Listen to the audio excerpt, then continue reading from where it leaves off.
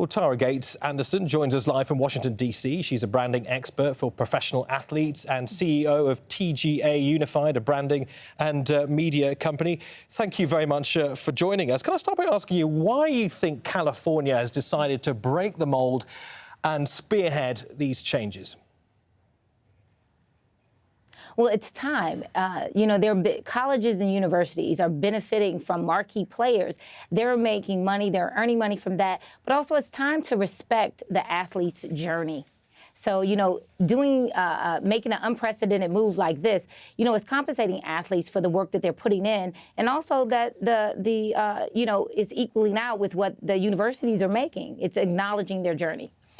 Could you give us a sense of exactly how much of a big money spinner this is? What kind of sponsorship are we talking about here? This is far-reaching. I mean, a lot of people outside of the athletes will benefit. Brands will benefit. Sports agencies will benefit. It's a far-reaching move that is acknowledging the athlete's journey. People have this misconception that, athletes become who they are once they step on the field in college or they step on the field in the NFL. It takes work to get there. So, throughout that journey from, Little League or Pop Warner leagues, they're now here. They've arrived in college, and they did that through hard work. So, respecting that part of it really puts them in a position to now, work with brands to get paid for, what the universities are earning off of their likeness, their image, or, who they are.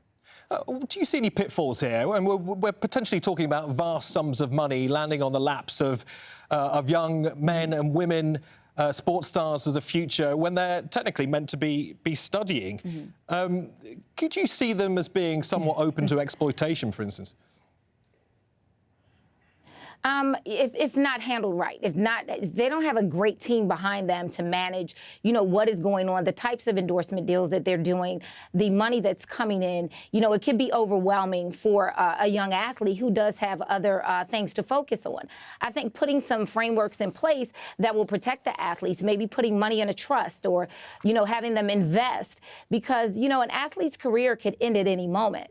So if they, something results, God forbid, in an injury or something, they have, the earnings from their endorsement deals while they're in college, if invested right, to last them once they get, after sports or they get into the, the professional sports arena.